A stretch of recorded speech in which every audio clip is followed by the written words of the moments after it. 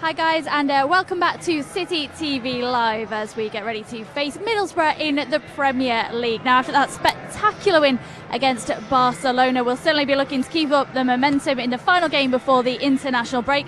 For Middlesbrough, it can only be about one man and the return of Alvaro Negredo. I'm sure he'll be looking to bag a few goals at his old stomping ground, but first, Chappie has got today's team news. Chap, what's today's starting City, bravo! Zabaleta, right back and captain, Clichy, Stones and Kolarov. Then we've got Gundon, Fernandinho, must have recovered from a little knock. Navas, De Bruyne, Silva and Aguero.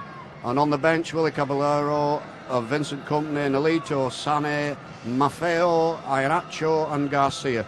As you say, it's Zaba and Clichy at the back there, but there is that possible opportunity for Maffeo to come in perhaps later on.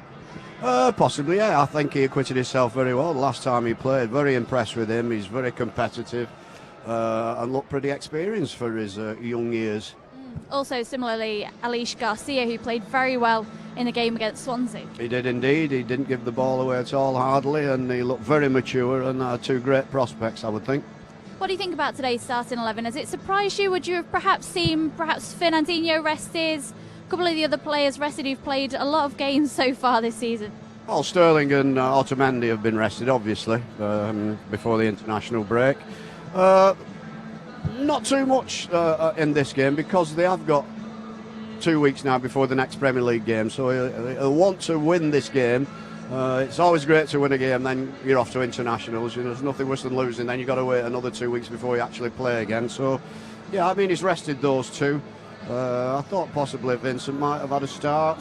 Possibly Nolito as well. You would have thought he might have started today? Well, I mean, they can pick any of the 18 starting 11, can't they? Our current run of form, and if they continue the same level of performance with the same attitude as they did on Tuesday night, it could be a cricket score, but I mean, it always doesn't work like that. But yeah, any one of the 25 in the squad, I think, will be more than capable today. Let's talk a little bit about Vinny. We thought he may have started today. Obviously, Pep hasn't put him into the starting 11. Were you surprised to see him selected for the Belgium team? Well, if he's officially fit, then he has to report for the national team, so it's no surprise to me at all. If he is going to the international side, then I will presume that he will start at least one of the games. So it's not really a surprise to me. He could have started today, of course, but let's hope he goes there. If he does play, he doesn't come back injured. Yeah, obviously Belgium are top of the FIFA rankings, aren't they? And Vinny has played a huge part in that. You probably think Roberto Martinez will be watching this game keenly if he does get some game time, just to assess his fitness. Yeah. I mean, they have to report for the international duty anyway. If they're fit, even if they're in the side, not in the side, left out, whatever, as long as they're fit, they have to report. So he will be watching this game. If he does get some time, I don't know whether he will. It depends how the game's going.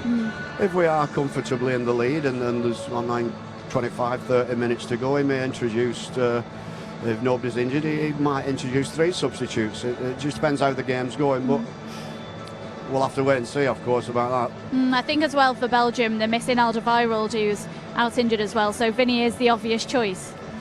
True. So he could well start in both games, but definitely in the first, so let's hope he comes back in one piece.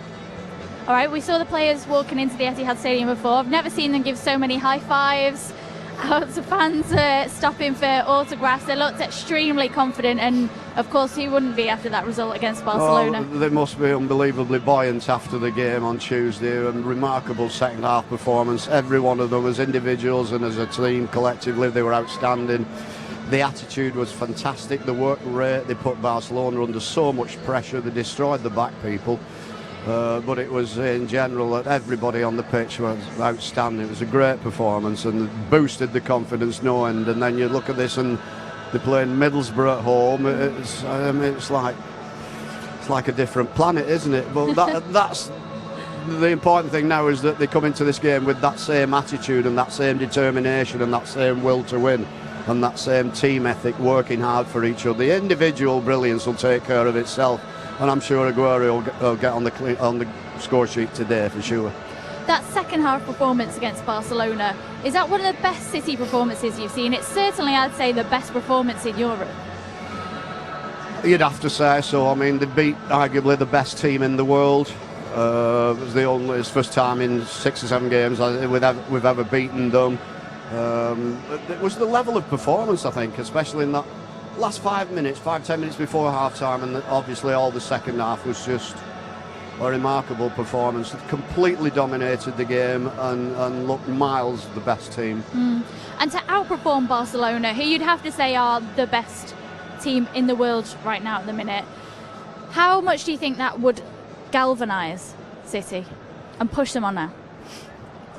Well, it's a fantastic confidence booster, and it also gives them the belief that they can beat the best team in the world, which is obviously a confidence booster for any team that does that. So they'll be buoyant now, and if we can get a great result today, they'll go off internationals, come back in one piece and just continue that same momentum, that same run, and keep burying teams. I suppose you talk about the buoyancy there, but there is perhaps a risk that it was such a thrilling game to watch. That will have taken a lot out of the players, won't it? Yeah, but they've had enough time since Tuesday to recover, I think, and he has made 1 or 2 changes. They'll be raring to go. When you win a game in such fashion, and obviously against a team that's arguably the best team in the world, you cannot wait for the next game. Tiredness doesn't come into it, jadedness doesn't come into it. You just want to get out on that pitch and play the next game, and I'm sure that'll be the case today with these lads. And I'm sure they'll want to keep the momentum going with the international break coming up. We are still top of the table and we'll want to stay there. Yeah, absolutely. We want to go into this international break still top of the table, and we could well, apart from getting 3 points, we could well help our goal difference enormously today. Yeah, that's going to be the key, isn't it? If you look at the teams that are chasing us in the table, it's the goal difference so far that's just edging it for us. Well, it is at the moment, that's for sure. It'll, as it pans out throughout the season and probably after Christmas, I don't think it will be as tight. Probably not that many points in between each of these teams, but I don't think it'll go down to the wire on goal difference. No. Which teams do you see challenging for the title at this early stage in the season? You'd have to say Liverpool are playing some very good football. Spurs are slightly tailed off, but you'd have to think that they'll pick up again soon. My teams that are challenging are Arsenal, Liverpool, Chelsea and Tottenham. I think you can forget the rest. Well, not forget them, of course, but I don't think any team outside those I've just named and us will be the Premier League winners at the end. Yeah. Let's talk a little bit about Yaya Toure. Of course, he's been the big talking point from the press conference this week. If you haven't seen it, he's released a statement on his Facebook with an apology. I think his comments from his agent have been well documented. He's just said, "Those statements do not represent my views on the club or the people who work there. I have nothing but respect for Manchester City and only wish the best for the football club. I want to help City succeed further." Do you think Yaya may have a bit of winning over the fans to do you think? I don't think he has any winning over the fans do. I think they all hold him in very high respect. They know what he's done for this football club. I'm surprised it's took him or his agent or whoever has made the statement. I'm really surprised it's took them so long to make this statement. If he felt strongly like that, then just come out with it at that time for me. I mean, he's been a legend at this club. The fans love him. He knows himself he's achieved an incredible amount while playing for Manchester City. All the fans know that. Nobody would hold anything against him. It just surprises me that he's left it till now. Yeah, as you say, he is an unbelievable player when he's at the top of his game. But you look at who we've got in the midfield now, it's not going to be easy to get into that starting 11. No, but I think all things being equal, he would use him like he has done with 1 or 2 of the other midfield players, you know, Sané and Nolito and people like that, and Vincent Kompany, people like that. He can use him at different times of the season in different games, and then it's not putting too much pressure on, because he's knocking on a bit now, isn't he? Do we know how old he is? 32. I've got socks older than that.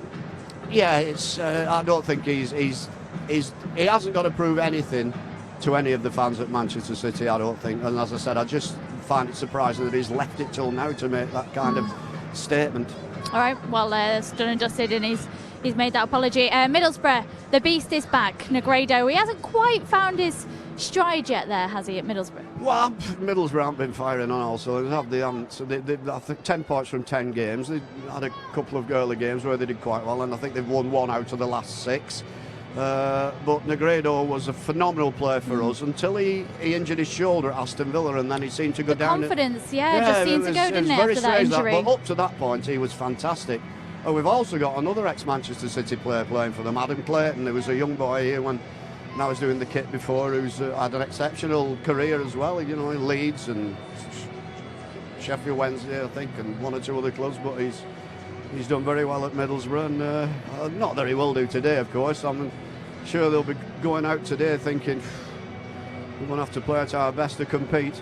Are you going to be saying hi to the two? I've said hi to both of them in the tunnel about as they arrived at the stadium. Actually, I was talking to Negredo and then Adam Clayton a bit later on. So it's good to see them because they're really good lads. Another player that Pep knows very well, of course, as well is Victor Valdez. From his time at Barcelona, was a key component in his success there as well. Yeah, he'll say hello to him and that'll be it, I think. He might have a chat with him after the game, and I'm sure he'd be fully focused on what goes on in that dressing room as opposed to theirs. But yeah, Pep's that kind of, he's very amiable, he's very friendly, approachable, intelligent guy. I'm sure he'll have a chat with him today. Who do you think looks a threat then for Middlesbrough? I know you say they haven't quite had the results, but actually their style of play, I've quite enjoyed watching them. They just haven't had the breaks, perhaps. I think 15th they are at the minute in the table. It probably isn't reflective of the style of play. Yeah, I can't see anybody who, unless they're outstanding and somebody in our team makes a dreadful mistake, I can't see them actually creating a chance. I think it'll be difficult, but they have got a few game changers in there. You'd have to say Adama Traore has looked quite good. Downing's of course, he's useful, a former Barcelona. obviously Negredo, of course. Yeah, Traore. I mean, they're in the Premier League. They're a competent side. And they scored 2 goals in the last game, so and they drew they'll at be Arsenal. confident. 0-0, I think it was, away at Arsenal. Their away record actually is better than the home record, so in that sense they've probably got more chance of getting something here than they have at Middlesbrough, but I just can't see it happening today. Possibly, but do you know that we've only won 4 out of 20 Premier League games against Middlesbrough? It's an unbelievable 4 out of stat. 20. I was at Middlesbrough when we lost 8-1 to Middlesbrough. Sven Goran Eriksson's last game, it was a bit, Richard Dunn got sent off. I think it was a bit of a sad day, but that kind of result will never ever happen again, ever. An unbelievable result. Well, not in the foreseeable future, and I'm sure it could be the opposite way around today. Do you think so? Well, I'm very confident that they'll take that momentum from Tuesday and they'll go out with that same attitude and absolutely bury Middlesbrough today. All right, well, Chappie, I know that we're going to be coming back for the break. We're going to be talking about the first half and also full time as well. We do want to be getting your comments on Facebook about the first half performance, so do send those in to us when you see the video go live. Chappie, I think we're going to look forward to this one, aren't we? We are indeed. All right, thank you very much, and guys, we'll see you for the break.